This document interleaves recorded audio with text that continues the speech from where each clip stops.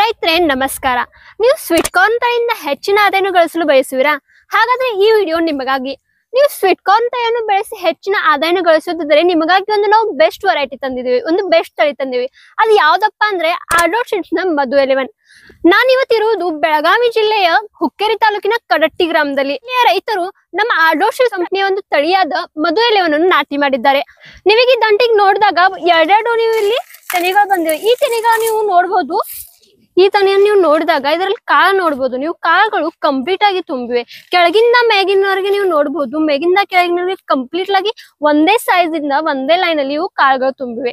ನೀವು ನೋಡಿದಾಗ ಇದರಲ್ಲಿ ಇದರ ತಿನ್ನೇನಿದೆ ಇದು ತುಂಬಾ ಕಡಿಮೆ ಸೈಜ್ ಇದೆ. ಮತ್ತೆ ಇದರ ಕಾಳುಗಳು ಕಂಪ್ಲೀಟ್ ಆಗಿ ಇಲ್ಲಿ ತುಂಬಿವೆ. ತಿನ್ನೋದಕ್ಕೆ ಈ ಕಾಳುಗಳು ತುಂಬಾ ಈಸಿಯಾಗಿ ಸಾಫ್ಟ್ ಆಗಿ ಮೃದುವಾಗಿರುವುದರಿಂದ ಈಸಿಯಾಗಿ ನೀವು ಇದನ್ನ ಯೂಸ್ ಮಾಡಬಹುದು. ಈಸಿಯಾಗಿ ನೀವು ಇದನ್ನ ತೆಗಿಬಹುದು. ಈ ಕಾಳು ನೀವು ನೋಡಬಹುದು. ಈ ಕಾಳುಗಳ ಸೈಜ್ ಎಷ್ಟು ದೊಡ್ಡದಾಗಿದೆ. ಮತ್ ನಾವ್ ಇದನ್ನ ತಿಂದ್ ನೋಡೋಣ.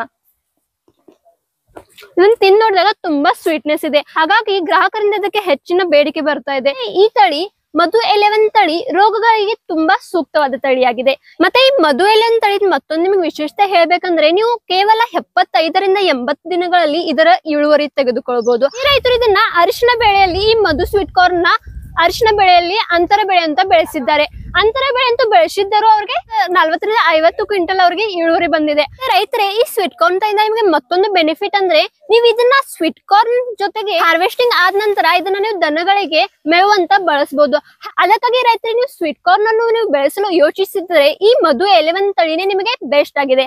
ನಿಮಗೆ ಇದರ ಬಗ್ಗೆ ಹೆಚ್ಚಿನ ಮಾಹಿತಿ ಬೇಕಾಗಿದ್ದರೆ ಮತ್ತು ಈ ತಳಿಯನ್ನು ನೀವು ಬೆಳೆಸಲು ಯೋಚಿಸಿದರೆ ಈಗಲೇ ಆ ಕೆಳಗೆ ಕೊಟ್ಟ ನಂಬರ್ಗೆ ಕಾಂಟ್ಯಾಕ್ಟ್ ಮಾಡಿ ಮತ್ತು ಇದರ ಬಗ್ಗೆ ಹೆಚ್ಚಿನ ಮಾಹಿತಿ ಗಳಿಸಿ ಮತ್ತು ಹೆಚ್ಚಿನ ಆದಾಯನ ಗಳಿಸಿ.